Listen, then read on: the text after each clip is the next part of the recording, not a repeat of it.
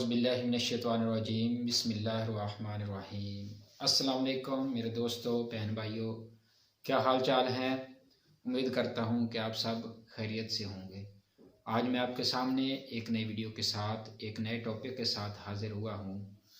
आज की वीडियो बनाने का मकसद ये है कि जब इंसान को बुखार हो जाता है, बीमारी और सेहत तो अल्लाह ताला के इख्तियार में है, लेकिन जब इंसान को बुखार हो जाता है, फुल तेज़ बुखार हो जाता है, परेशान हो जाते हैं घर वाले। जिसको बुखार है उसको आपने दम करना है। बुखार का दम मैं आज आपको बताऊंगा कि आपने उसे क्या करना, दम करना है। सबसे पहले आपने करना क्या है कि आपने सबसे पहले दरूद पाक पढ़ना है, दरूद इब्राहिमी। 3 बार आपने दरूद इब्राहिमी पढ़ना है। उसके बाद आपने ये कुरान की ये आयत मुबारक पढ़नी है, ला यरौना फीहा शम्सन वला ज़महरीरा। ये आपने 7 बार पढ़नी है। आयत मुबारक फिर सुन रहे हैं, फिर तवज्जो से समाअत फरमाएं।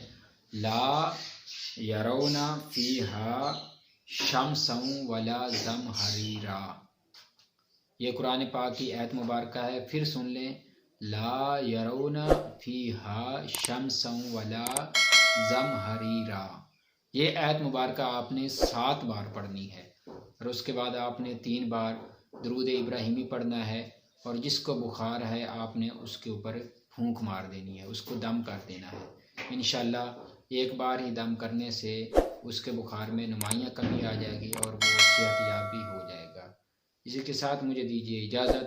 इंशाअल्लाह नेक्स्ट वीडियो में किसी नए टॉपिक के साथ हाजिर होऊंगा। तब तक दुआओं में याद रखिएगा। आपका दोस्त, आपका भाई हाफिज़ुर रहमान।